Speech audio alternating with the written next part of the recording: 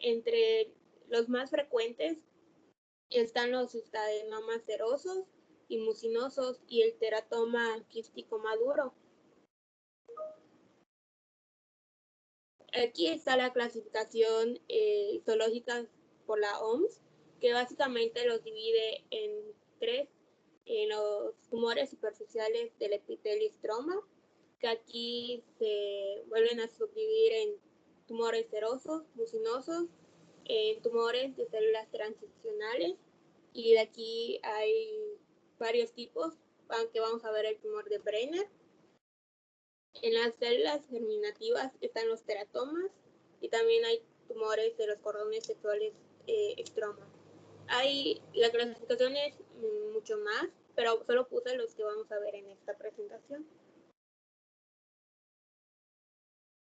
Bueno, comenzando con los tumores, estos son los serosos.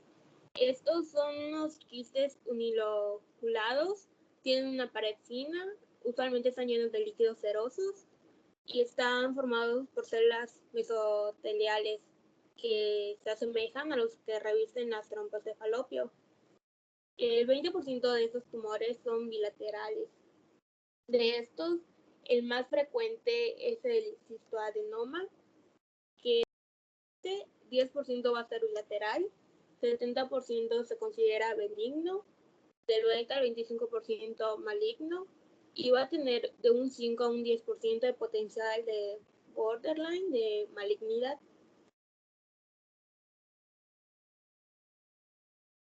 El segundo tumor es el mucinoso, que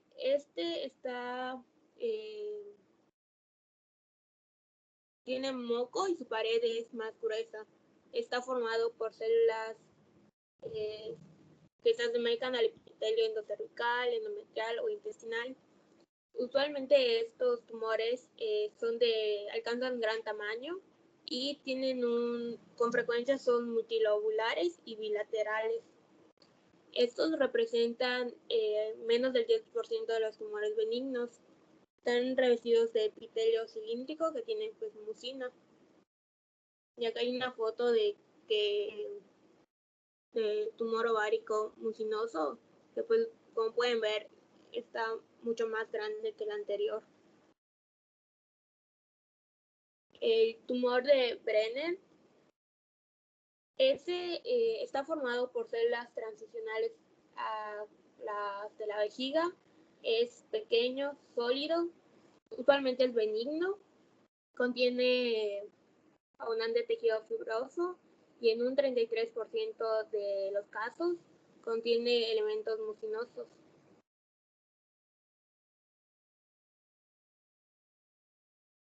Ahora pasando a los tumores de células germinativas, están los teratomas.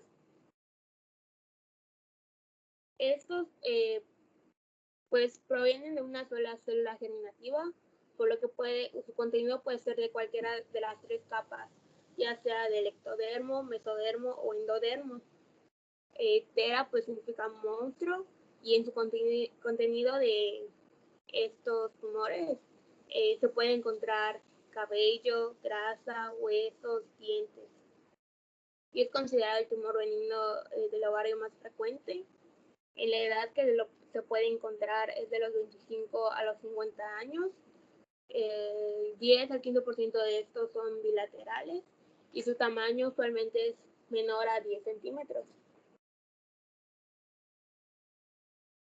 Bueno, de los teratomas se vuelve a haber otra clasificación de estos, que el primero es el teratoma inmaduro, que se consideran malignos, tienen tejidos ya sea de una o de las tres capas de células germinativas y pueden coexistir con elementos maduros. También existe el teratoma monodérmico, que es considerado benigno, está formado por solo un tipo de tejido o predomina un tipo de tejido muy especializado. Y están los teratomas maduros, que se consideran benignos, contienen formas maduras de dos capas de células germinativas, y de estos maduros se vuelven a clasificar tres tipos. Los que aparecen en el interior de la vejiga membranosa, que tiene nombre de teratoma quístico maduro, quístico benigno o quiste dermoide. También existe el teratoma sólido maduro, que está formado dentro de una masa sólida. También están los teratomas petiformes o homúnculos. Tienen una estructura sólida que recuerdan a una muñeca. Y ahorita vamos a ver más a fondo los teratomas maduros.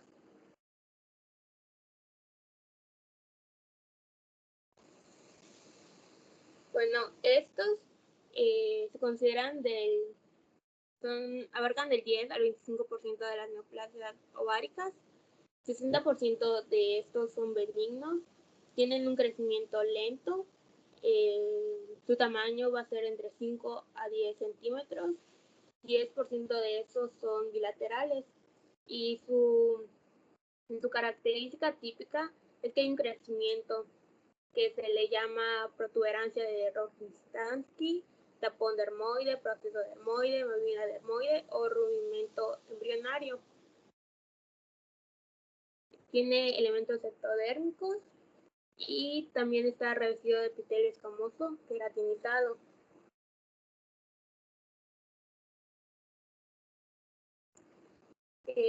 En cuanto a la diversidad de los tejidos que están dentro de estos teratomas, pues sus productos vienen del material que contiene dentro de un solo ovocito. Entonces, usualmente todos los teratomas tienen un cariotipo 46XX. Entre las complicaciones de estos teratomas maduros, el 15% de estos van a sufrir torsión. También puede ser que se rompe este quiste y produzca una peritonitis aguda o que haya una fuga crónica del contenido de este teratoma y puede producir peritonitis granulomatosa. En cuanto al diagnóstico y tratamiento, pero de este teratoma, es que pues diagnóstico va a ser por ultrasonido y va a tener unas características ecográficas marcadas, como puede ser la punta del iceberg, que puede encontrar niveles hídricos o hidrocapilares, puede encontrar cabellos y pues que mencioné anterior, que es la protuberancia de Rogzinski, que mide de 1 a 4 centímetros de diámetro y es hiperecoico. En cuanto a su tratamiento, puede ser tanto de vigilancia como quirúrgico. Es vigilancia cuando, en casos de mujeres premenopáusicas, cuando este quiste mide menor a 6 centímetros y pues desean conservar su fertilidad. Para esta vigilancia se debe realizar una ecografía cada 6 a 12 meses, sobre todo en la fase inicial, ya que pues tiene un crecimiento muy lento, que es de 2 milímetros por año. Ahora, el tratamiento quirúrgico pues es el definitivo y pues alivia tanto los síntomas e impide las complicaciones, torsión, rotura o que se vuelva maligno. Ese es específico para el teratoma maduro. Ahora, en síntomas generales de los tumores, pues la mayoría de estos son totalmente asintomáticos y el diagnóstico se realiza por una exploración habitual. Pero en caso que sea presente síntomas, este va a ser un cuadro muy poco específico. Y usualmente el primer síntoma que pues, la paciente nota es un aumento de volumen en su vientre. También puede presentar ascitis o síntomas que están relacionados al tamaño del tumor, como pues una sensación de pesadez, una presión de dolor, aunque es raro. También puede presentar trastornos urinarios, como polatiura, micción imperiosa o retención urinaria, o trastornos venosos de los miembros inferiores, como edema o varices. Y en casos también puede presentar disnea.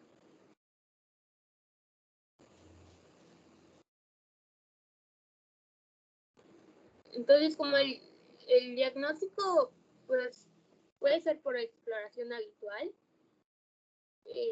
pues la palpación de abdomen se puede detectar ciertos tumores pues que sean de mayor volumen, ¿no? Acá pues se puede establecer la consistencia del tumor, si es liso o ondulado en su superficie. También en la percusión pues puede haber zonas de matidez, sobre todo en el centro, y timpanismo en los flancos. Pero pues si hay ascitis, pues tiene más dificultad de diagnosticar, y se puede encontrar timpanismo en la línea media y matidez en los flancos, lo contrario a que no hubiera ascitis. En cuanto a su diagnóstico en general de estos tumores benignos, el método de elección es la ecografía transvaginal, sobre todo en las fases tempranas. Tiene una sensibilidad del 100%.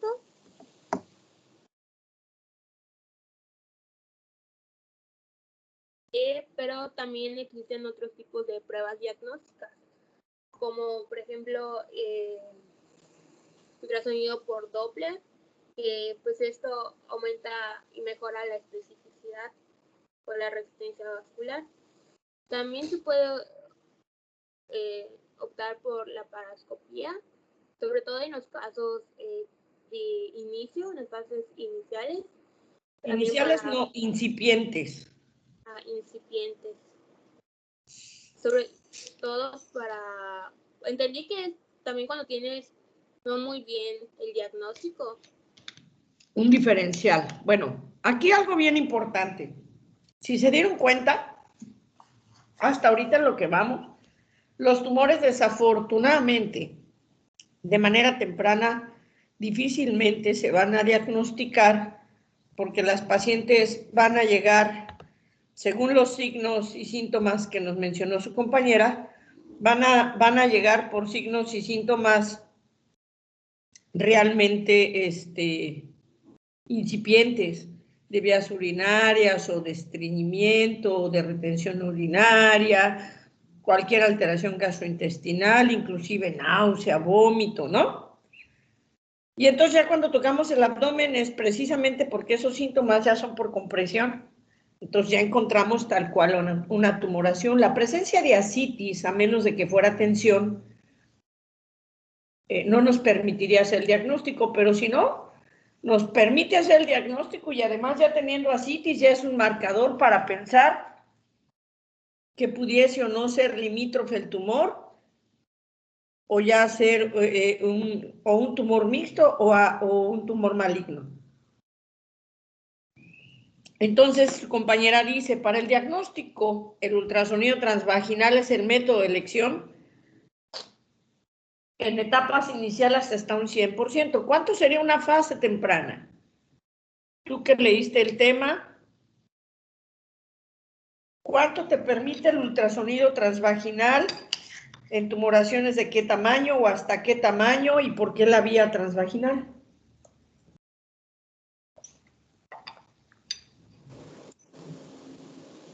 Pues un tamaño específico, pues no leí, y sobre todo el tamaño, lo que entendí importa más en el tratamiento. No. Si estás hablando de diagnóstico y la idea es hacer un diagnóstico inicial, ¿qué sería lo importante? Sí. Bueno, no leíste en cuanto no encontraste, ok. ¿Por qué la vía transvaginal?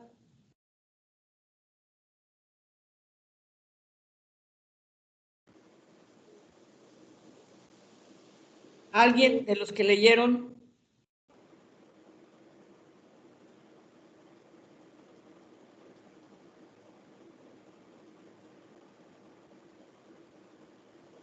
Nadie leyó. Bueno, la vía transvaginal precisamente por la posición del útero. El útero está en anteverso flexión y los ovarios están localizados en las fositas ováricas, localizados en la base de la pelvis, y obviamente cuando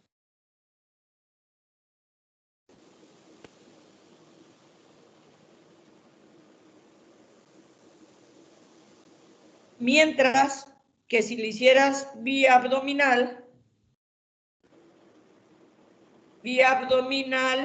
tendrías que tener vejiga llena, pasar la ventana de la vejiga y tener no distendido el colon y demás para poderlos observar. Entonces, obviamente, la vía transvaginal es la ideal en tumores no mayores de hasta 7 u 8 centímetros. El transvaginal te permite hasta 10 centímetros de profundidad.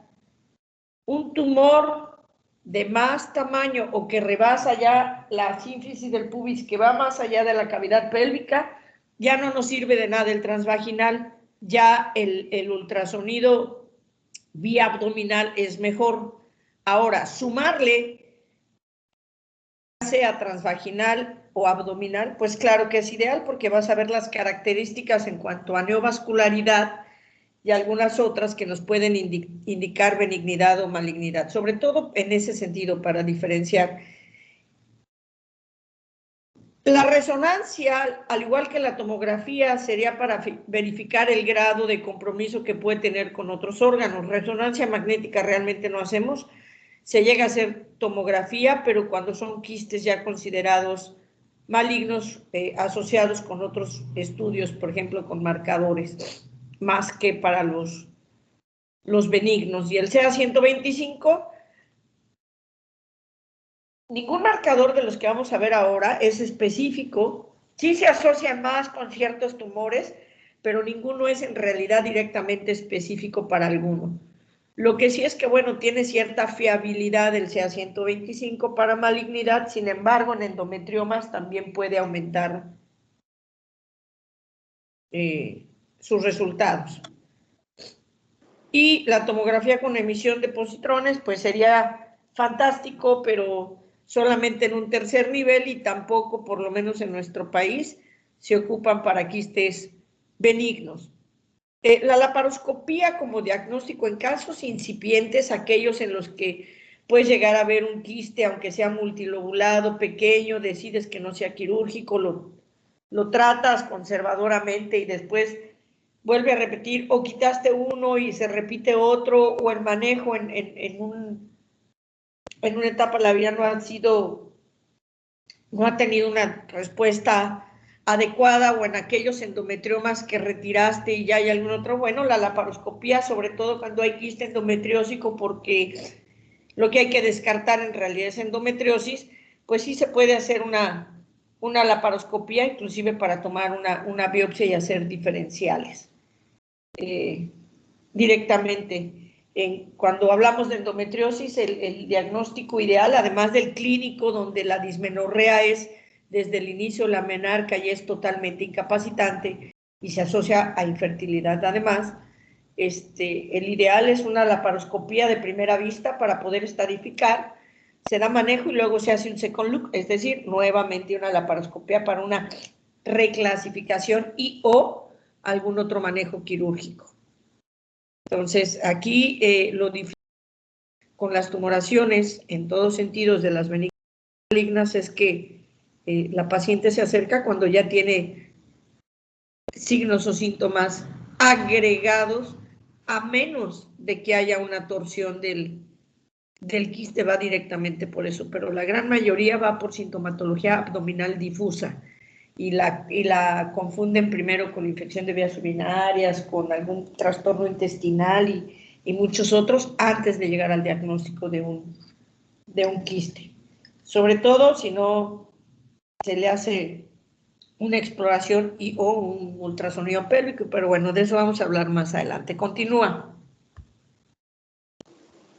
Entonces quedó claro, perdón, por qué la vía transvaginal y hasta tumores de qué tamaño, ¿verdad? Sí. Sí, doctora. Perfecto, continúa. Bueno, también está en diagnóstico función aspiración, pero esto igual se puede hacer por la laparoscopía o la aparatomía y más su estudio patológico. Y pues eso sirve tanto para un diagnóstico preoperatorio o para decidir el tratamiento quirúrgico específico, ya conociendo el tipo de tumor.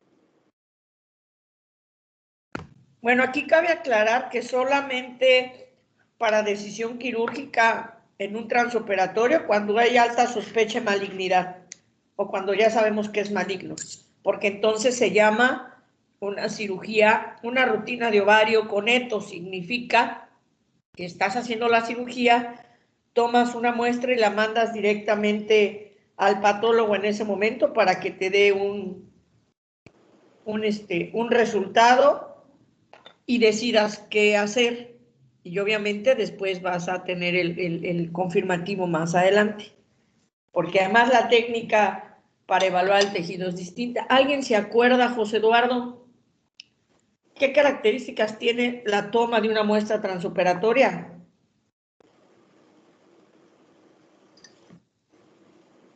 ¿Qué estudio histológico se le hace?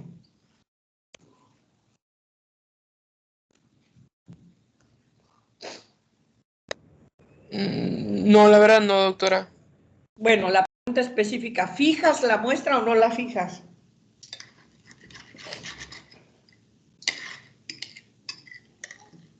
Porque eso es importante, ustedes se la van a dar a alguien que la va a llevar.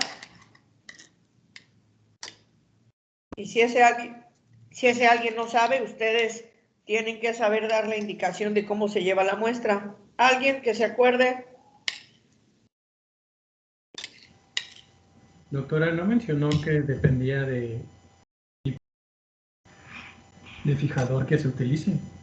¿Cómo? Porque recuerdo que mencionó que hay un tipo de fijador que puede dañar la muestra, entonces creo No, que... ninguno. Si la dilución está mal hecha, sí. Si la cantidad es mayor que la muestra, sí. Pero no fue la pregunta.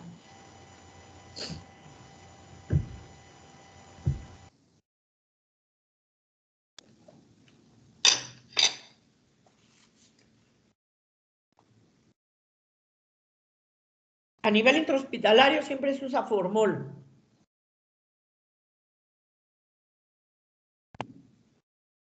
Y es un formol que ya tiene hecha la dilución o alguien se encarga de preparar la dilución para que se pueda utilizar directo. Bueno, una biopsia transoperatoria se lleva en fresco. No se mete a formol, se lleva en fresco. Porque lo que hacen en ese momento es congelarla rápidamente, hacer cortes con un criotomo, hacer una tinción donde se van a perder lípidos y demás. Bueno, se conservan lípidos y grasas porque es diferente cuando haces una muestra congelada a una fijada con formol y se da un diagnóstico preliminar para que el cirujano pueda decidir si quita solamente el quiste, si hace una quistectomía o si quita el ovario también y la trompa, o si va a tomar inclusive muestra de aumento, o si va a hacer además un lavado citoquímico, citológico, etc. Entonces, para eso sirven los transoperatorios. Ningún transoperatorio se fija. La muestra se lleva en fresco. Ya cuando terminas la cirugía, el resto de la muestra que vas a enviar, ahora sí se pone en formol y esa mediante el método normal de tinción, de deshidratación, tinción, rehidratación y demás para analizar, ya es diferente. ¿Ok? Continúa.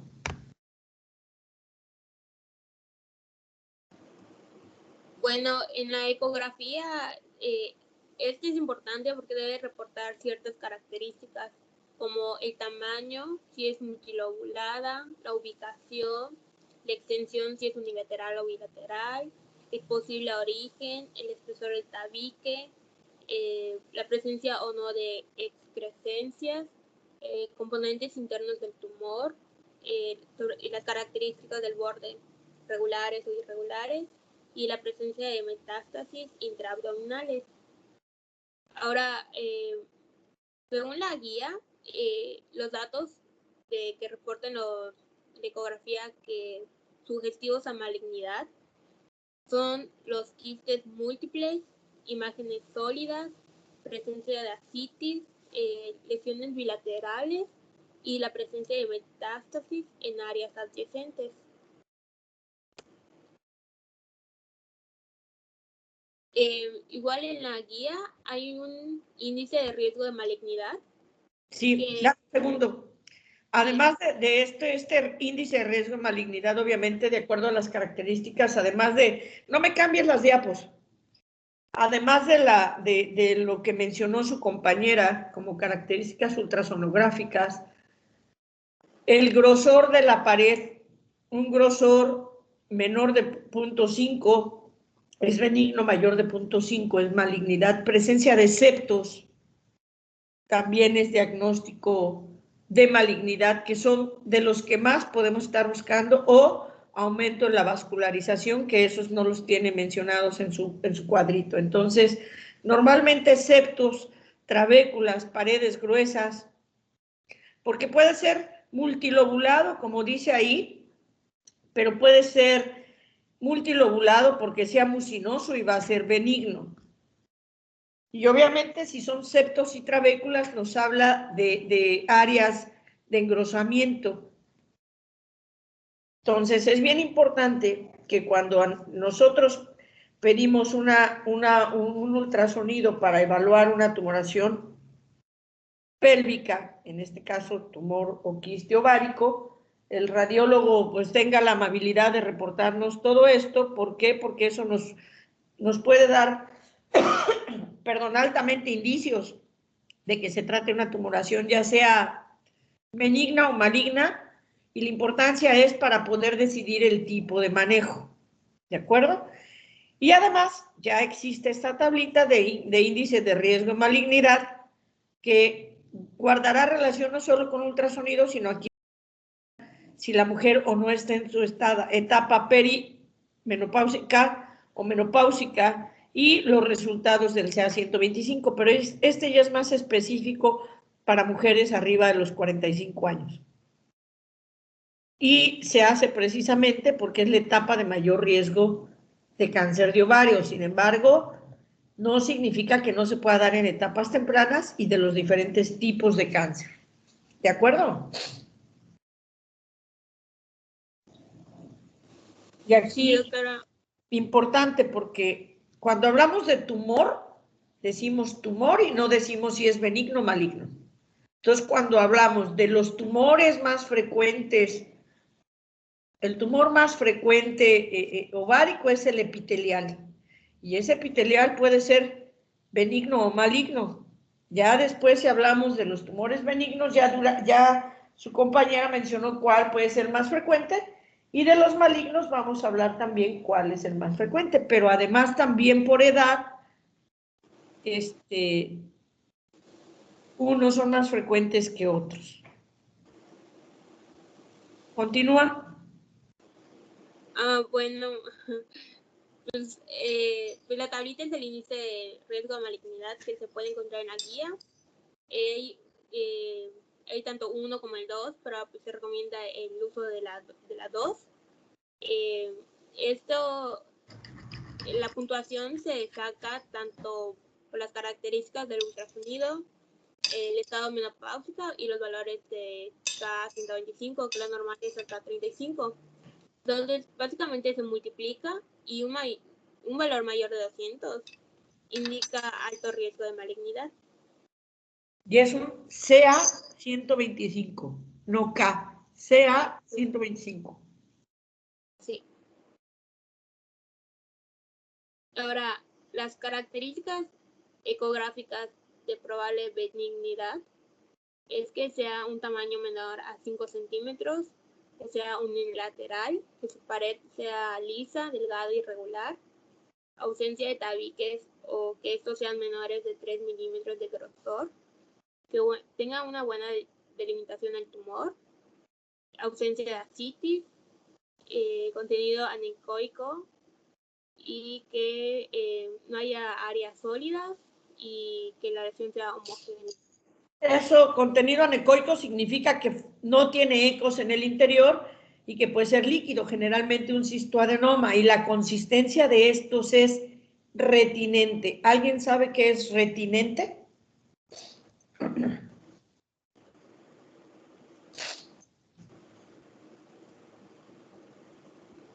Porque uno cuando toca puede decir uno suave o puede uno decir duro. Y esa es parte de las características también en cuanto a consistencia que nosotros vamos a tocar en un tumor. Un endometrioma está lleno de sangre, se siente blando, pero no es retinente. Un tumor lleno de líquido o mucoso, que realmente es un moco muy líquido, se siente suave, no tan suave que se suma como el endometrioma, pero se siente retinente, es decir, es cuando ustedes le ponen agua a un globo pequeñito, y lo dejan un poquito a tensión.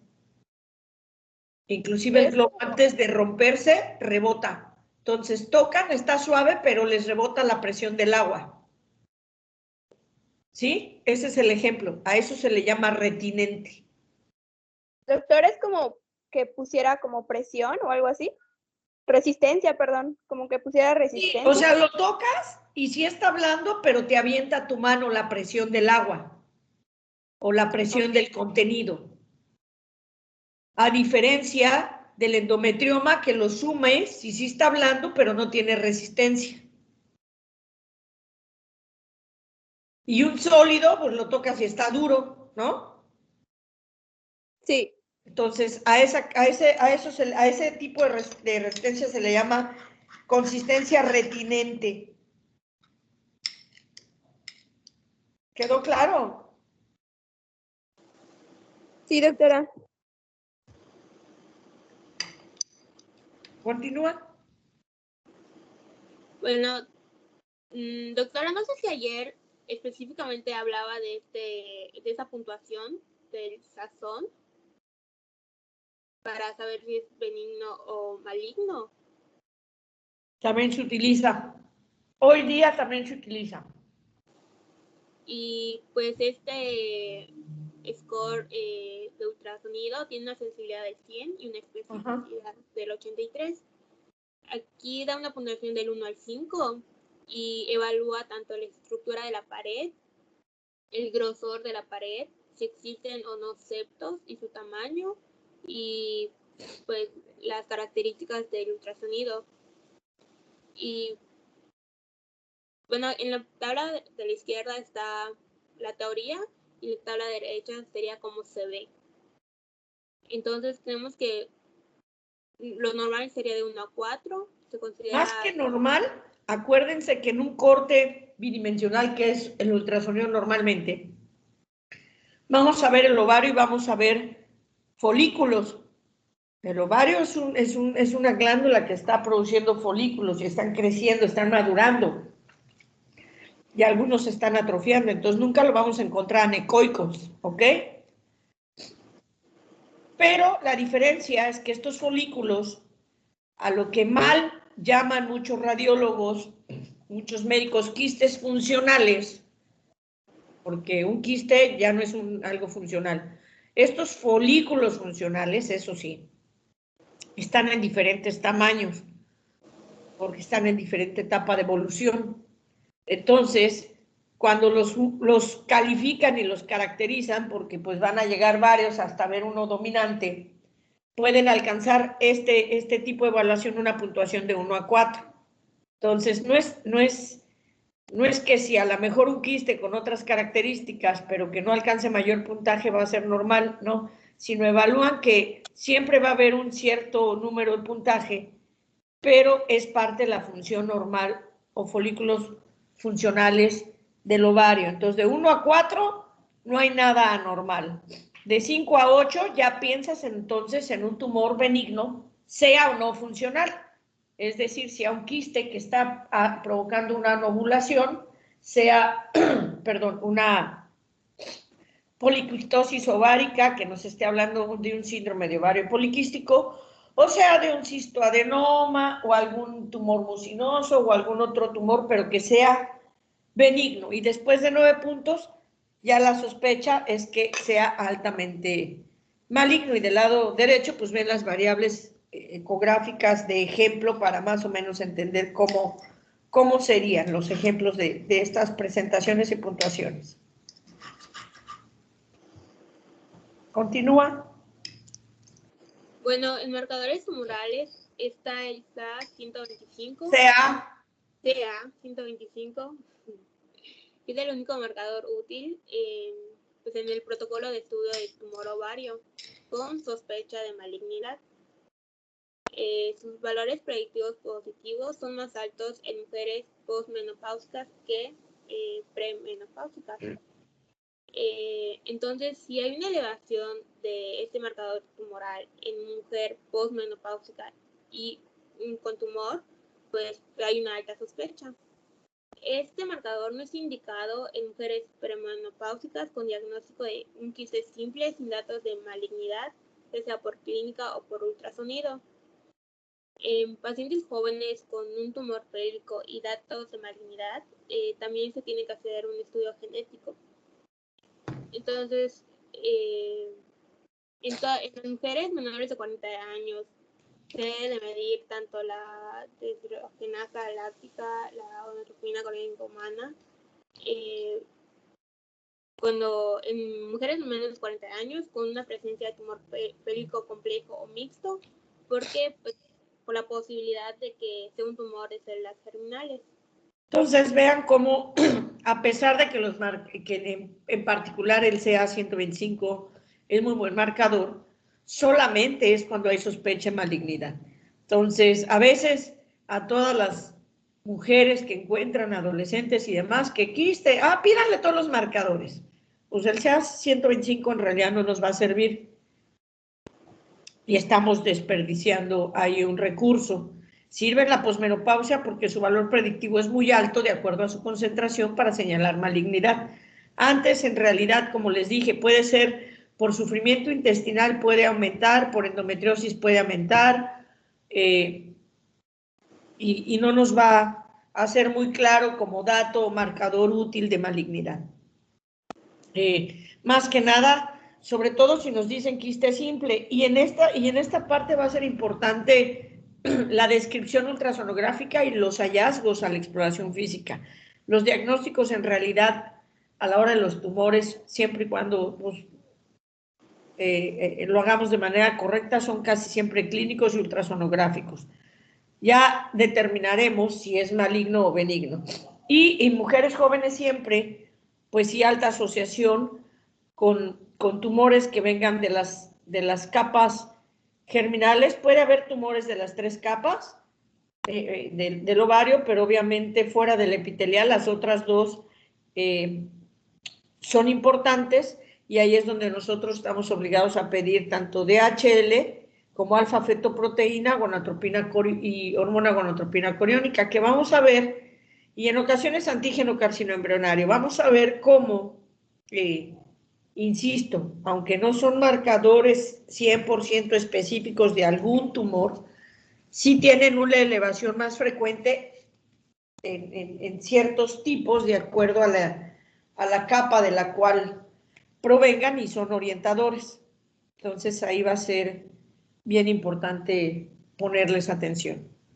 Y dependerá, claro, de la edad de la paciente cuál pidas, pero aun cuando fuese una paciente joven, pero las características del tumor sí sean de alta, sugestivas, de malignidad o de alta probabilidad de malignidad, entonces sí pediremos el CA-125, aunque sea una mujer joven. Por eso insisto, hay que hacer primero el diagnóstico clínico y ultrasonográfico para después ver qué es lo que vamos a pedir y hacer. Entonces, hasta ahorita vean, de una manera muy coloquial y esperando que nadie se sienta agredido y sin el afán de faltarles al respeto, en esta especialidad, médico que no mete la mano, mete la pata. Continúa. Bueno, en tratamiento también puede ser vigilancia o quirúrgico. Se opta por vigilancia cuando la edad es menor a 50 y obviamente es individual en cada caso, pero de manera general, si macroscópicamente los ovarios se ven bien, pues se prefiere conservar y se retiran cuando la patología es muy evidente a simple vista. Ahora, quirúrgico, cuando pues, la paciente sea mayor de 50 años y se puede posponer unas semanas cuando sea una paciente joven, el tamaño del tumor sea menor de 5 centímetros, esperando a que estos vuelvan a un tamaño normal y para favorecer la involución de estos tumores se pueden dar anticonceptivos orales por 3 meses. Pero una persistencia pues, del tumor pues lleva a lo quirúrgico. Ahora, Entonces, fíjate cómo, aquí lo que estamos hablando en cuanto al tratamiento, individualizas a cada paciente, puede haber seguimiento, sí. Generalmente los más frecuentes en los extremos de la vida son los cistoadenomas. En las etapas tempranas, sí son quirúrgicos y rebasan más allá de 7 centímetros, porque por compresión van destruyendo el tejido y si son mujeres jóvenes, pues va a empezar a tener destrucción del tejido ovárico sano. Y entonces, cuando abres, decides si haces quistectomía y respetas el ovario o tienes que quitar todo el ovario porque ya ha destruido mucho tejido. Y en mujeres arriba de 50 años, obviamente, en ocasiones, si ya es un cistoadenoma cuando es para tubárico lo puedes dejar ahí, un cistoadenoma simple, algunos lo vigilan, algunos no, el riesgo de torsión es alto, pero después de los 50 el problema es el riesgo de un cáncer epitelial, por eso dice exéresis de ambos ovarios. Solamente en las mujeres jóvenes, esta parte de posponer la cirugía, más que posponer, no es tal cual posponer, sino que tumores menores, alguna literatura te dice 6, alguna literatura te dice de 5 centímetros, puedes dar anticonceptivos combinados por 3 meses y vigilar y ver si dejando descansar el ovario hay una involución de ese quiste y si la hay, pues listo, si no la hay, operas y 3 meses porque es el tiempo que te tratas en meter al ciclo del hormonal de descanso y quitar totalmente la estimulación. Y empiezas a evaluar si va disminuyendo y si va disminuyendo te alargas 6 meses. Los tratamientos hormonales siempre van a ir de 3 en 3. 3 meses, 6 meses, 9 meses, 1 año y así. No es nada más darle un mes y ya no, son de 3 meses en 3 meses. Habrá donde inicies en este caso solamente con 3 meses, en ovario poliquístico con 6, en sangre uterino anormal con 6, etcétera, etcétera, etcétera. Entonces, básicamente el manejo cambiará si es una mujer en una en una etapa fértil o en una etapa ya no fértil. Y obviamente totalmente distinto en etapas extremas de la vida. La primera, tienes el riesgo de alta destrucción de tejido sano y que obviamente si tiene destrucción de tejido sano tiene muchas complicaciones en el resto de su vida una mujer muy, muy joven y en la mujer ya arriba de los 50, pues el alto riesgo de desarrollo de cáncer. Entonces aquí dependerá mucho de las características de cada paciente. Pero son dos, un conservador o un intervencionista.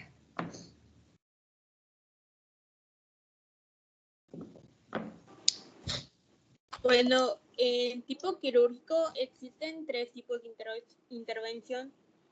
Tanto la enucleación del tumor como la ovariectomía se opta cuando la mujer es joven, nulípara y no hay excrescencias en la superficie del tumor. ¿Qué era lo que yo les decía? Que quieres darle la oportunidad a que tenga tejido ovárico, haces quistectomía.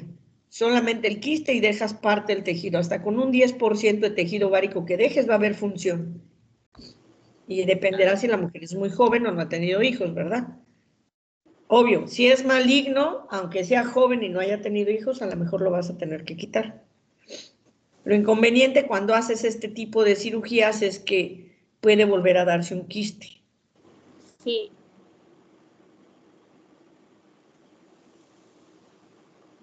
Y pues, o sea, era eso, y que la tercer tipo de intervención pues es la histerectomía total, asociada a la salpingovarectomía bilateral. Y pues eso se da en casos de duda o cuando pues, macroscópicamente el tumor es benigno, probabilidad es superior a 45 años, que es lo que dijo la doctora. Sí, Ahora, es que si le vas a quitar a una mujer arriba de 45 o 50 años todo un ovario, el otro por riesgo de malignidad, cuando veamos cáncer ovárico lo vamos a ver, y lo tengas que quitar, pues no le dejas el útero porque también va a tener un riesgo de cáncer de endometrio. Entonces ya en estas etapas ya es una cirugía un poquito más radical, ya no solamente quitas el quiste, sino le quitas todos los riesgos, ¿no? Y que antes no se haría, hace unos 30 años no se haría.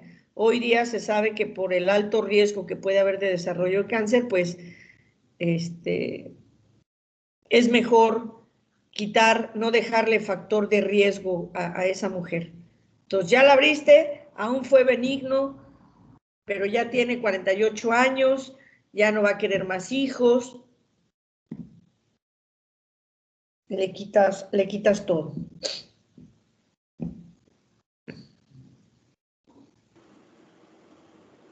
bueno, en complicaciones de estos tumores puede ser la torsión, que pues esta va a originar trastornos circulatorios, que a la vez puede llegar a éxtasis y necrosis del tumor.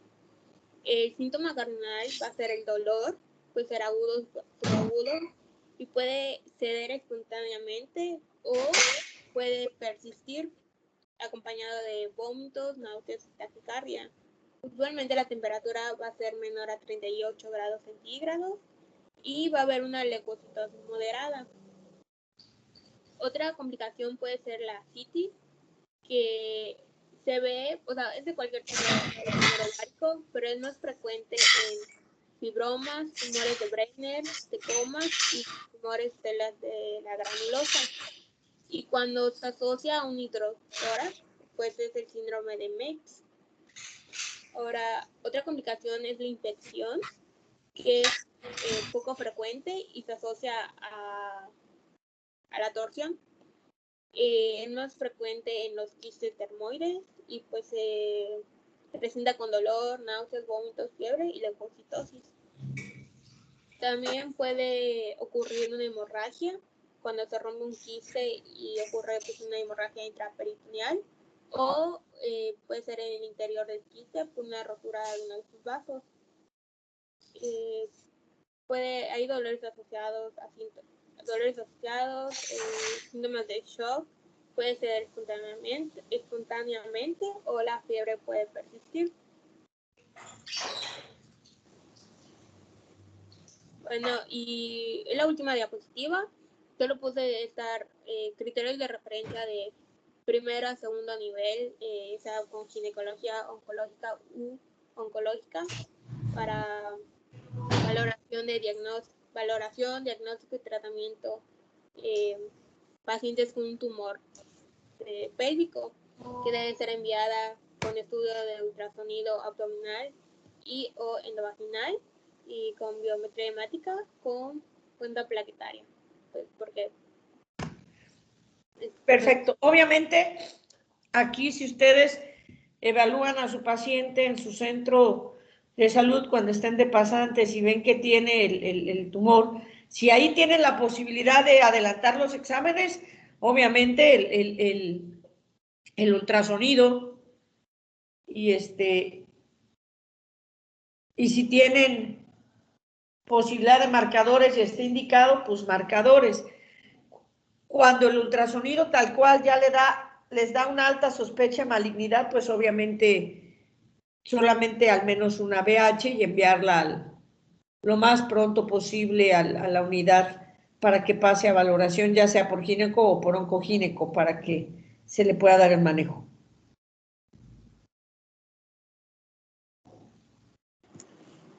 Bueno, doctora, por mi parte ya terminé. Sigue mi compañera. ¿Qué va a dar tu compañera? Quistes. Ok. ¿Dudas, preguntas hasta aquí?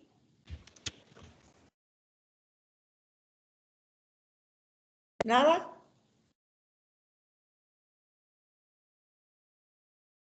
No, doctora. Adelante, ok.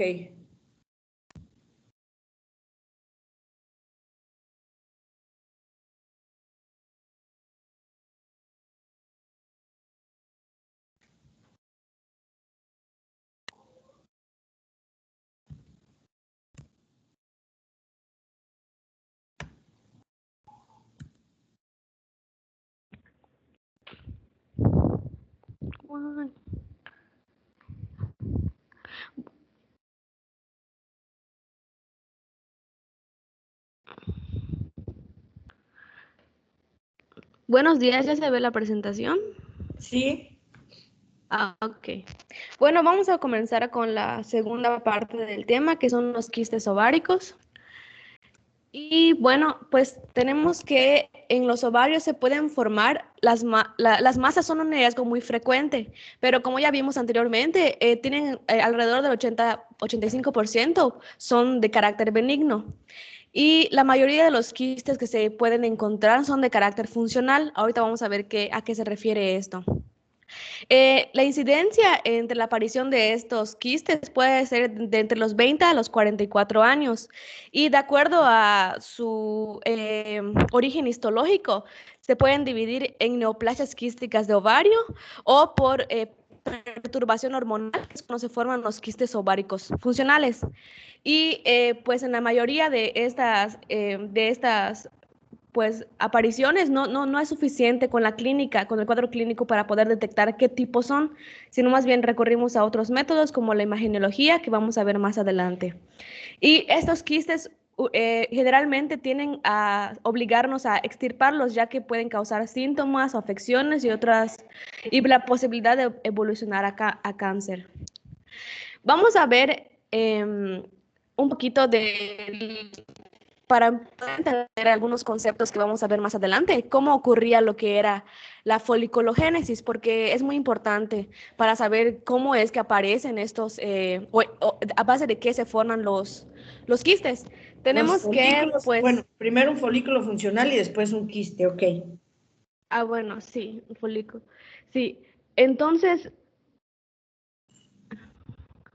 Tenemos que, primeramente, tenemos lo que es el ovocito primario, como recuerdan lo que está en el centro, y alrededor van a estar lo que son las células foliculares. Estos dos van a ir creciendo juntos hasta que llegamos a lo que es el folículo primario, en el cual las células de la granulosa, o sea, las células foliculares se diferenciarán en células de la granulosa, van a proliferar y alrededor de todo lo que es el folículo se van a formar las células de la teca o lo que son las células precursoras de la teca.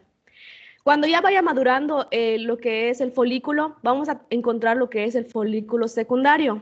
En el folículo secundario, esas células de la granulosa van a comenzar a producir un líquido, en lo que es el líquido folicular, y lo que va a obligar a que posteriormente las células de la granulosa se vayan acomodando en la periferia y creando lo que es el cúmulo oóforo, si se acuerdan, que es lo que va a rodear al ovocito, va a permitir después que pueda crecer y madurar.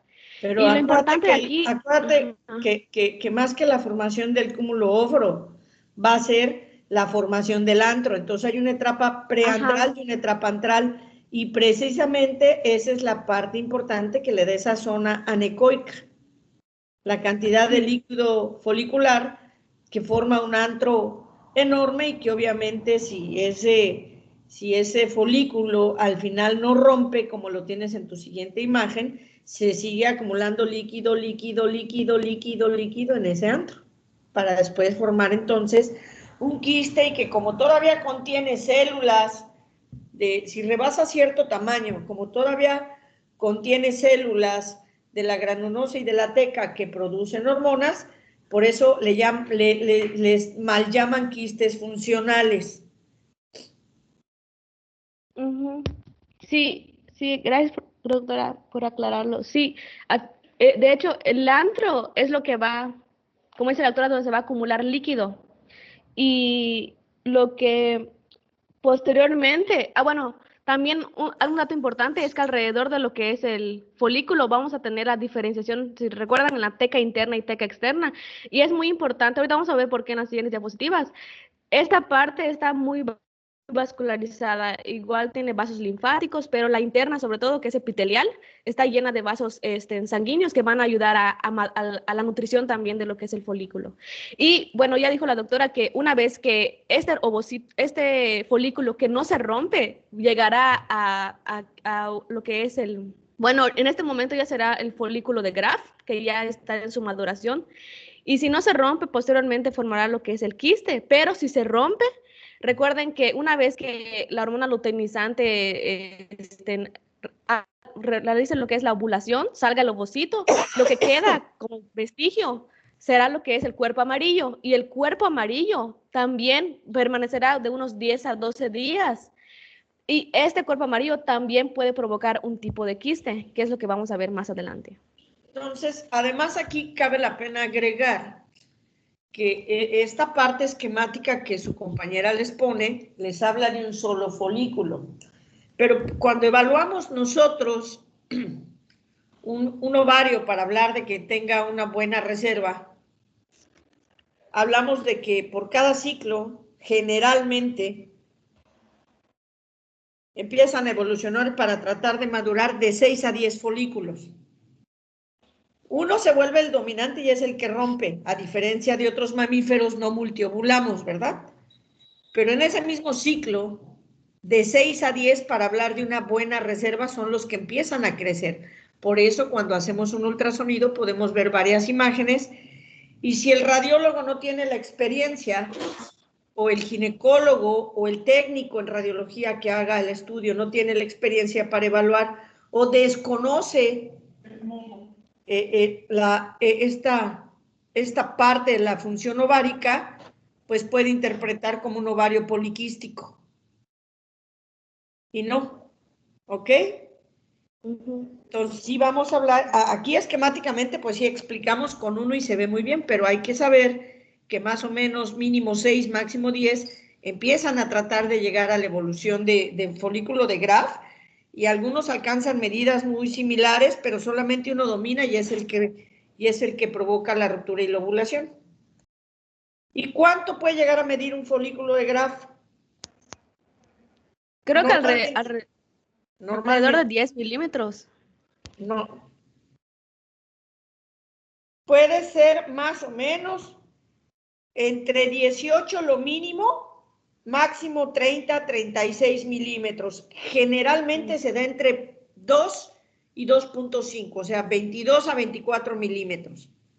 Entonces, hablamos que hasta 2.5 centímetros, bueno, si alguien no sabe cómo es esta función, si alguien desconoce cuánto mide el folículo de Graf, puede hablar de un tumor cuando realmente no lo es.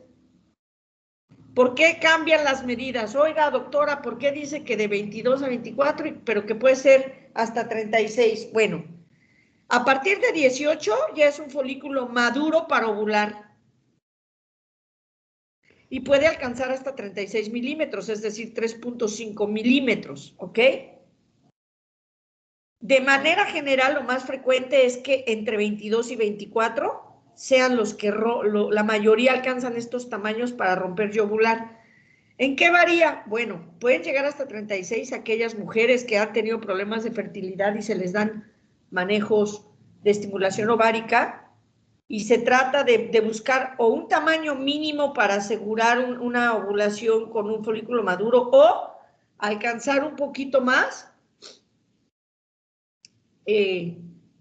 también buscando una mayor seguridad de fertilidad, el riesgo obviamente que cuando hay estimulación ovárica, ahí sí hay multiovulación. Pero entonces podemos dar, alguna literatura dice que hasta 3 centímetros para hablar de que no es quiste, pero el folículo de Graf podría alcanzar hasta 36 milímetros y es un tamaño normal. ¿Ok? Sí, doctor. Bueno. Continúa. Bueno, sí.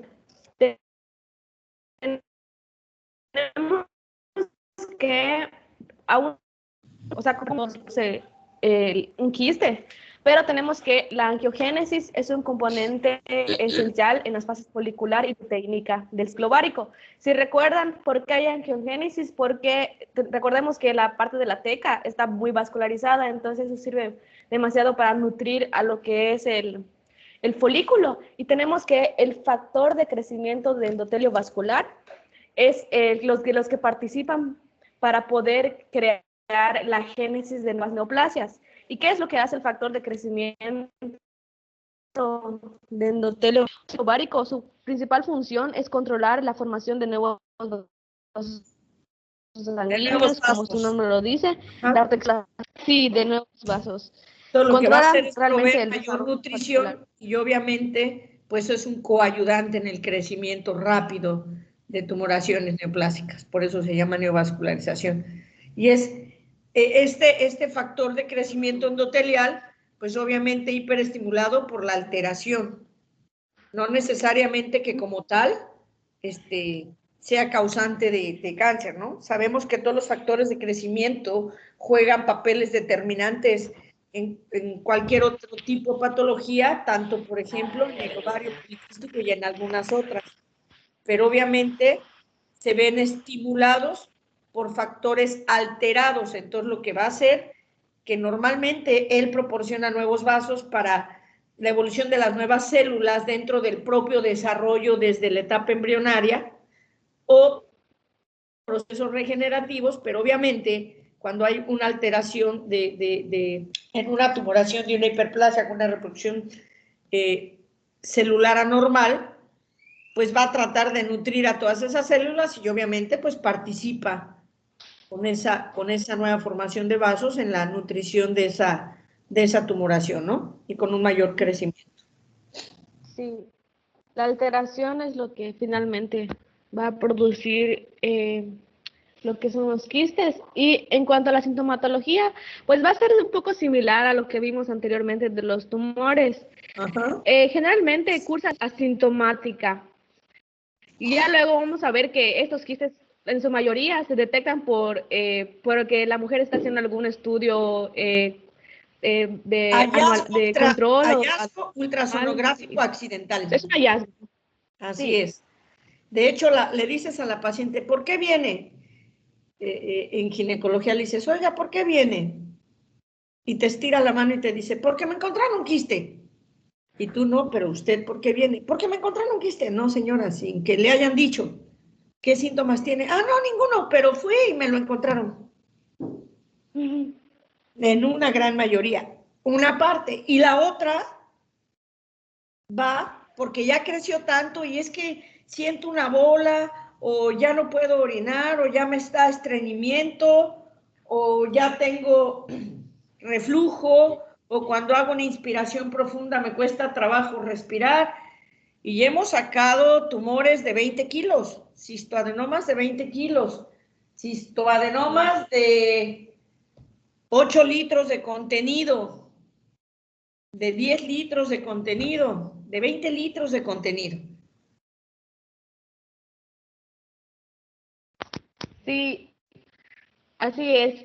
De hecho, cuando la cápsula ovárica se ha distendido tanto, ya es cuando sí se pueden presentar los síntomas, que es el dolor, como dijo la doctora, la comprensión de que ya no puedo orinar y lo demás. En algunas mujeres. Mira que por distensión, a menos de que se tuerza, pero por eso cuando una paciente jovencita llega y les dice, es que me duele el ovario no duele. La parte superficial tiene tal inervación. El problema en un quiste es que se tuerce y entonces está torciendo la parte inferior donde llega toda la vascularización y parte de la inervación, y ahí sí entonces duele, porque empieza a haber un evento necrótico. Se forma necrosis en esa torsión. Pero si no, difícilmente va a tener dolor por el quiste. Puede llegar a tener dolor porque comprime vejiga, comprime uretrero, comprime colon, compresión de retroperitoneo y tiene síntomas secundarios, etcétera, etcétera, etcétera, etcétera. Para que el quiste como tal duela, necesita estar torcido o romperse, pero ya es porque está provocando irritación peritoneal. ¿Estamos de acuerdo? Sí. Entonces, una pregunta. He escuchado que, pues, dicen, o sea, se acaba de decir que el ovario no duele, o sea, el quiste no duele, el ovario tampoco, entonces, porque cuando llega lo que es el periodo de la menstruación, se tiende a decir, es que me duele más el ovario derecho que el izquierdo, o viceversa, pero también podría ser subjetivo por el desprendimiento del endometrio. Esa es una. Y dos, en esta parte de la ovulación, cuando hablaste del folículo, llega a folículo de Graf. En ese momento rompe y se forma un folículo hemorrágico, porque se está rompiendo. Folículo, no quiste, folículo hemorrágico transitorio. ¿Sí? Y si la mujer tiene bajo umbral, esa minúscula sangre de ese transitorio folículo hemorrágico antes de pasar a cuerpo amarillo puede escurrir y tocar entonces peritoneo, porque ya dije que el ovario no está recubierto por ninguna parte de peritoneo. Las trompas sí, y la base de la fosita ovárica sí, pero el ovario no. Pero si ese folículo hemorrágico, esa parte hemorrágica transitoria alcanza a tocar zona de revestimiento de este peritoneo, ya sea de la pared, de la fosita, de la trompa, que llegue a irritar, pues va a causar dolor. De hecho, ha habido pacientes que se operan con diagnóstico de apéndice y era ovulación. Ovuló y ese folículo hemorrágico causó tanta irritación que fue capaz de producir un cuadro clínico que obligó a abrir y era ovulación. Okay. De hecho, el nombre del síndrome es un nombre alemán que siempre se me olvida. En este instante no lo recuerdo. Pero es por la ovulación. Entonces es cuando pueden llegar ellas a referir ese dolor, pero no porque en realidad el ovario esté doliendo. Ok. ¿Y cuándo duele? Cuando esta capa se tuerce y empieza a tener necrosis. ¿Por qué duele la menstruación? Porque hay necrosis para poder tirar el endometrio. Y el útero está inervado por plexo sacro. Hay necrosis en esos vasitos y esos vasitos obviamente mandan una respuesta irritativa y se siente la distensión, el proceso inflamatorio y el dolor. ¿Sí quedó claro? Lo mismo pasa cuando hay un quiste que se tuerce, pero tal cual el ovario no duele. Ok, sí. Bueno, igual en algunas mujeres ¿Quién más tiene abierto su lo que micrófono? Por favor, que lo cierre, porque si oye una conversación como en eco. Continúa. Sí. Bueno, tenemos que algunas mujeres pueden producir una perturbación hormonal y se puede producir la acumulación de estrógenos en las células de la granulosa y alterar lo que es la menstruación normal, y esa sangre que se produce puede desencadenar lo que es el dolor, como habíamos visto. Igual, la producción extrema de andrógenos podría causar lo que es la virilización frecuente. De igual forma, tenemos, como había dicho la doctora, un dolor agudo puede ser por la rotura del quiste o igual por un absceso ovárico. Igual la torsión temprana da un dolor intermitente y una molestia aguda e intensa. Bueno, en cuanto a los métodos los diagnósticos tenemos que se detectan principalmente, como habíamos dicho, por hallazgos. De manera casual se hace un tacto ginecológico y se puede encontrar una bolita normal, lo que serían los quistes. También, como habíamos dicho, si crecen demasiado grande, pueden formar masas que generalmente son móviles, no son dolorosas al tacto y están situadas en algún lado de lo que es el útero. Creo que son los estudios imageneológicos, que ya veremos que son por ecografía transabdominal y transvaginal. Y realmente la ecografía Doppler ayudará a saber qué tipo de indicadores sean valoración cuantitativa de la BC, Más de la despacito porque gonototina codólico se oye y entrecortado. otros marcadores tumorales, pero pues no son. Bueno, Sí, un se poquito oye más entrecortado despacio. ahorita. Sí, porque ahorita que estabas hablando oíamos una parte y se entrecortaba otra, entonces. Ok.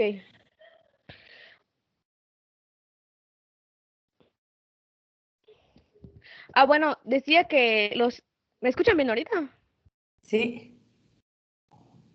Bueno, entre los estudios imagenológicos, los más para eficaces poder evaluar lo que es el quiste, ya que nos ayudan, por ejemplo, la ecografía Doppler nos ayudaría a checar cómo se encuentra el tipo de lesión que hay y cómo está evolucionando. Hay otros marcadores séricos, pero no son muy por ejemplo, anteriormente vimos lo que es el cuantígeno A125, que, bueno, puede ser más lo que es para lo que son las neoplasias benignas. Y en cuanto a los quistes, sí se puede elevar, pero también se puede elevar, según el Williams, el 1% en mujeres que no tengan ninguna afección. Sí, por eso les Igual dije tenemos que lo que son tuviera las alguna alteración intestinal. Irritación intestinal te puede dar aumento de CA125. Igualmente tenemos lo que son el lactato de deshidrogenasa, que el antígeno carcinoembrionario y el oncoantígeno 19, pero esos ya son otros marcadores que, pues igual, siempre no son tan específicos. Ninguno de todos es específico. Y aquí le agradezco a Cristian, y sí, ahorita que lo puso lo recordé, el síndrome que les dije de ovulación dolorosa o que inclusive puede llegar a terminar hasta en algo quirúrgico se llama Mittelschmerz. En la imagen superior de su lado izquierdo está un tacto bimanual. Vean el útero cómo está en ABF. Y entonces en esas partes, si ahí entrara, en vez de la mano, entrara un transductor, estando en ABF así el útero, los ovarios quedan abajo y laterales al útero. Hagan de cuenta que si ustedes separaran con sus brazos extendidos, todo lo que es sus brazos serían las trompas junto con sus manos. Su torso sería el cuerpo uterino y sus piernas ya serían la vagina, ¿no? Entonces, si ustedes se doblan así como están con sus brazos extendidos, se doblan hacia enfrente en escuadra y bajan. Bueno, primero cierran sus brazos 15 grados, los dejan perpendiculares a 15 grados y luego se doblan hacia abajo. Van a ver cómo sus manos quedan un poquito hacia abajo, laterales hacia abajo y como hacia atrás de sus piernas. Ahí estarían esquemáticamente como ejemplo los ovarios. Entonces, si sus piernas fueran la vagina y ahí entrara inmediatamente un transductor, pues lo que se va a encontrar son los ovarios. ¿Sí me siguieron o hicieron el ejercicio de la posición para entenderlo un poquito? Ok. Sí. De ahí el por qué el transvaginal es ideal, pero siempre y cuando sean tumores pequeños, si no, pues ya no nos sirve de nada. Y nuevamente el Doppler, pues nos va a dar más características que nos señalan benignidad o no, más que componente, benignidad o no, de acuerdo a la neovascularización o el aumento de la impedancia vascular. y que bueno, son estudios que si se tienen a la mano y de repetición, pues obviamente se solicitan. Difícilmente me hacen un Doppler obstétrico, una que otra vez en un quiste, pero así tal cual de rutina, pues no los pedimos. De manera muy específica en ciertos tipos de tumores ya detectados como malignos, podemos pedir la evaluación Doppler, pero de rutina en todos nos cuesta un poquito de trabajo en nuestro hospital, pero bueno, de manera ideal deberían hacerse. Continúa. Bueno, en el tratamiento, pues siempre se deja observación, ya que la mayoría de los quistes son funcionales y presentan regresión espontánea postdiagnóstico, pero igual tienen que cumplir ciertas características, como es que a través de la ecografía sea único y de pared delgada, que el diámetro sea menor a 5 centímetros y que durante la vigilancia el quiste no sea grande. Y también checar lo que son los niveles normales de lo que es el CA 125. Entonces ya De vimos no que ser es así, igual a lo ya mencionado. sí, es igual. De no ser así y que sean mucho más grandes y la sintomatología se agrave, habrá que recurrir a la extirpación quirúrgica. Tenemos lo que es la cistectomía versus la ovariectomía. Y de esto pues depende de cómo sean las características. Si es cistectomía, pues solamente se va a seccionar lo que es el quiste, dejando el ovario, pero pues también depende de las características de este. Y si es muy grande y comprometa lo que es el ovario, Así se es. realizará lo otro. La cistectomía siempre y cuando, además de que sea joven la paciente, nulípara y demás, y queramos mantener tejido sano y lo permite el tumor, se hace. Pero si está ya destruyendo la gran mayoría del tejido ovárico, pues no le vamos a hacer cistectomía, quitamos todo el ovario, aun cuando fuese joven la mujer. Dependerá aquí del tamaño del tejido a destruir y obviamente tomaremos en cuenta edad y demás, pero siempre va a depender de las características del tumor.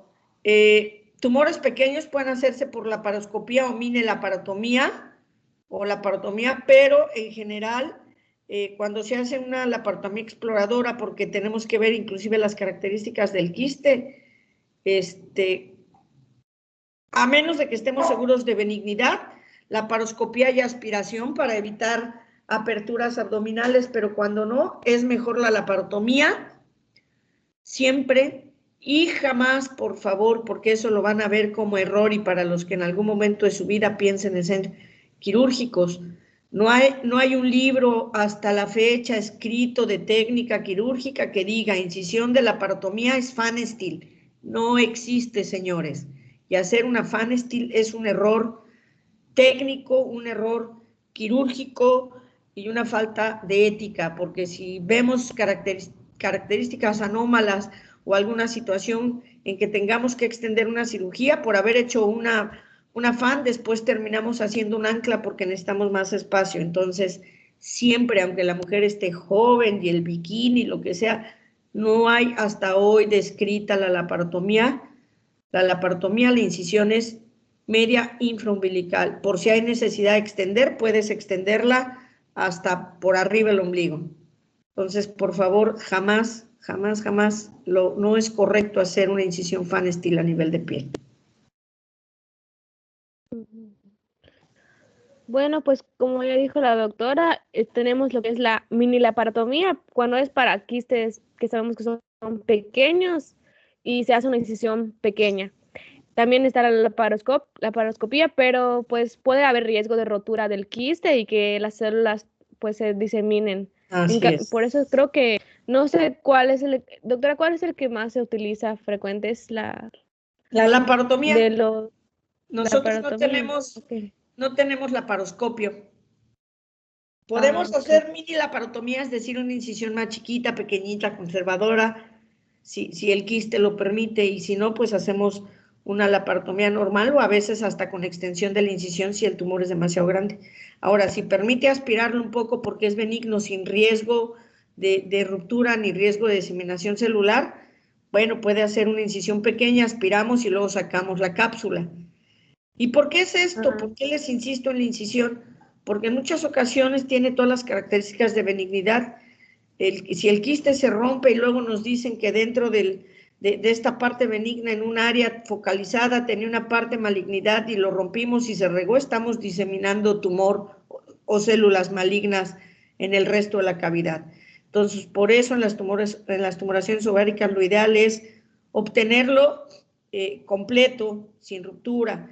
Por eso en las rutinas de ovario de sospecha de malignidad se toma citoquímico y citológico para ver que si además no hay células malignas regadas en cavidad, porque entonces los manejos y la estadificación de la enfermedad. Perdón. ¿A qué hora tienen clase?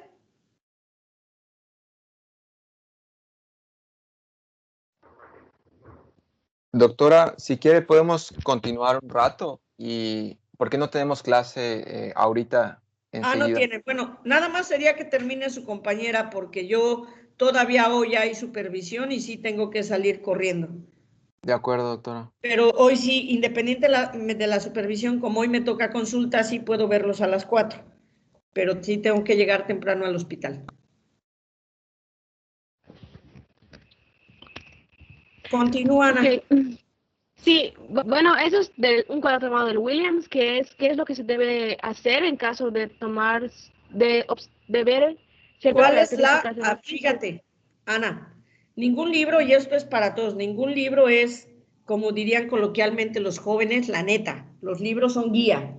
Entonces, esto es la recomendación. No es lo que se debe hacer, es la recomendación. Recomendación. Sí. Porque acuérdate que la decisión es que el cirujano a la hora de que entra y ve es cuando va a decidir, pero esta es la recomendación. Ok. Sí, bueno, en cuanto a las recomendaciones, tenemos que, pues, dependiendo igual si es premenopáusica o posmenopáusica. Por ejemplo, si lo dice diámetro menor a 5 centímetros, pues se ve que no se necesita tratamiento adicional, realmente es observación porque puede que disminuya lo que es el quiste. Y así con cada uno, dependiendo del tamaño de este y pues a criterio del cirujano, como ya vimos. Y pues ahora sí vamos a ver qué son los quistes de ovario funcionales. Como ya habíamos estudiado anteriormente y les puse cómo era el proceso de la foliconogénesis, podemos ver ahorita sí que nacen de los folículos ováricos y hormonal durante dividir foliculares del cuerpo amarillo.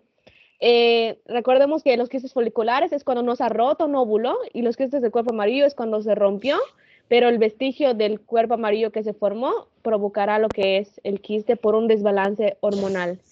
No son neoplasias, dice, su masa es producto de la acumulación de líquidos intrafoliculares. Recuerden que las células de la granulosa, vimos que se forma el antro, y ese antro es el líquido que se encuentra ahí, pues es lo que puede dar la acumulación, es lo que causará lo que es el quiste.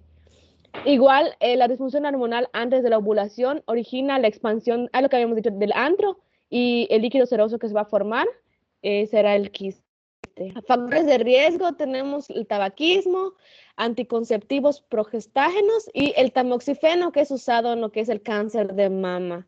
Entonces, esos son los riesgos que pueden provocar el quiste.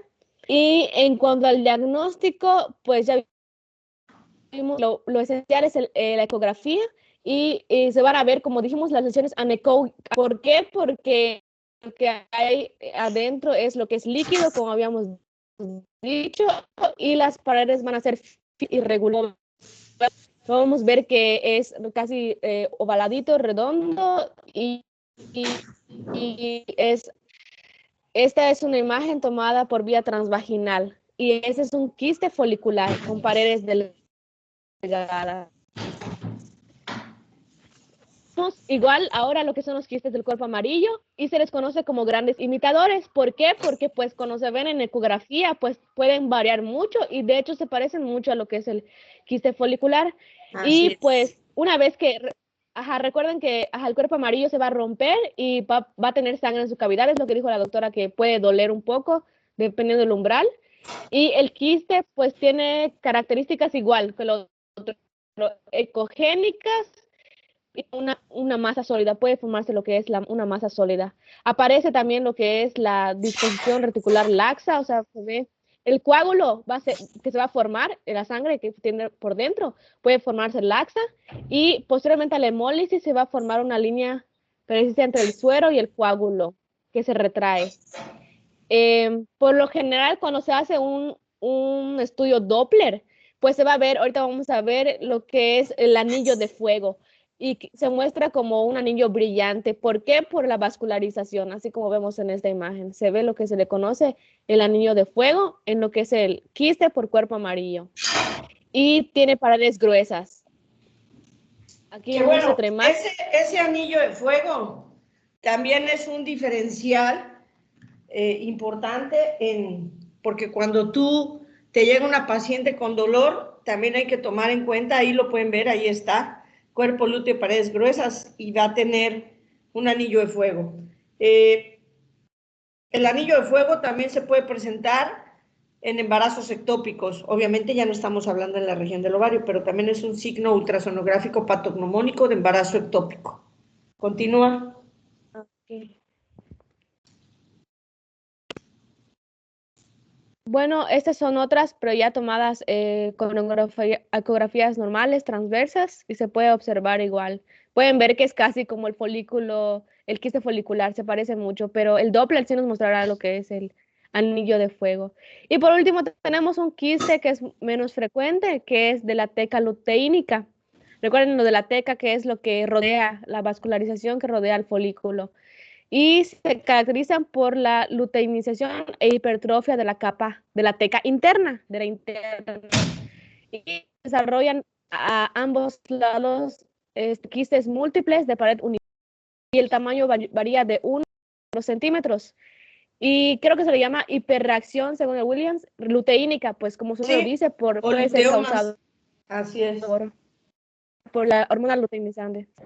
Y también se puede relacionar con enfermedad trofoblástica gestacional, gestación multifetal, con la diabetes, anasarca fetal, hiperestimulación ovárica, entre otras. Pero pues por la hormona luteinizante es el principal factor, como su nombre lo dice.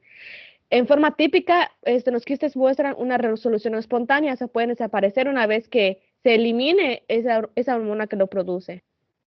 Y aquí vemos otra imagen de la quiste de la teca luteínica. Este ya se ve más diferenciado que los demás. Tiene, pues, no sé, doctora, ¿me ayuda a explicarlo? O sea, está como que lobulado. Aquí vas a ver multilobulaciones, tabicaciones. Vean cómo hay tabiques entre cada espacio de líquido. Y aquí hay, por ejemplo, áreas anecoicas en el del lado derecho, donde están midiendo el mayor diámetro del mayor. Es más anecoica que la inferior del lado, en ese mismo recuadrito, en esa primera mitad, que el inferior del lado derecho. ¿Sí ven? Tienes señálala con tu... ¿Cuál me dijo que señale? Está dividido en dos, la del lado izquierdo, a tu izquierda, más a la izquierda, abajo. A esa lesión es más anecoica que vete ahora a tu lado derecho. En esa misma imagen, en ese mismo recuadro, no te pases al otro. Esa. Vean cómo el eco tiene más tonos grises, el otro tiene más tono negro. ¿Sí lo ven? Sí. Sí, doctora. Bueno, sí se ve. Entonces se ven en algunas áreas tabiques delgados, en otras tabiques gruesos. Entonces, obviamente, los tumores de la teca nos hacen multilobulaciones, habría que descartar en ella, pues por las características ultrasonográficas, sí tendremos que descartar, porque tiene imágenes anecoicas mixtas y tabiques, tenemos que descartar malignidad. Una vez que se descartó, lo primero que podemos pensar entonces es un luteoma o quiste de la teca luteínica. Como es productor, por eso causa múltiples áreas anecoicas o mixtas, porque puede combinarse con secreción mucinosa de mucina. Entonces, son quistes multilobulados y que pueden tener no nada más producción, sino también mucina. Ok. Y pues, sí, aquí vemos otra vez cómo la lobulación y cómo se ve a la Y vean cómo extirpación. en la imagen superior es más anecoico, casi todos, aunque tiene tabiques delgados, y la imagen de abajo tiene imágenes mixtas, anecoicas y otras de densidad más grisácea. Sí. Y ya de Y aquí como vemos la imagen que tienes ahí te señala el útero y los dos ovarios con múltiples quistes, pero en las características macros, ahí como se ve sangre y todo, yo quisiera pensar que eso es más que luteomas, o no sé si ahí lo dejaron como ejemplo de luteoma, quiero pensar que es más quiste endometriósico, tiene más características de ser endometrioma, pero no sé de dónde sacaste la imagen. sí. Creo que quité no decía la descripción. Lo tomaron como quistes, pero Ok, pues sí se ven muy.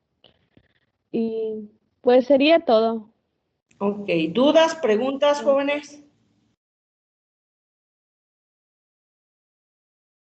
Bueno, entonces nos No, vemos en la doctora. tarde y yo doy el tema de cáncer de endometrio, por favor. ¿Vale? Sí, doctora, gracias. Tengan excelente día.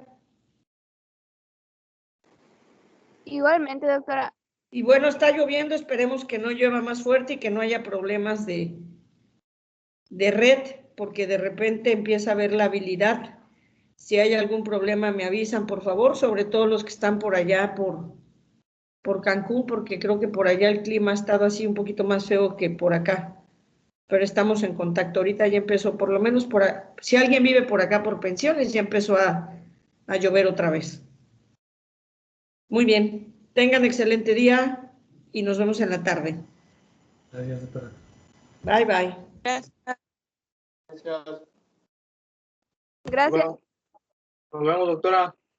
Tenga buen turno.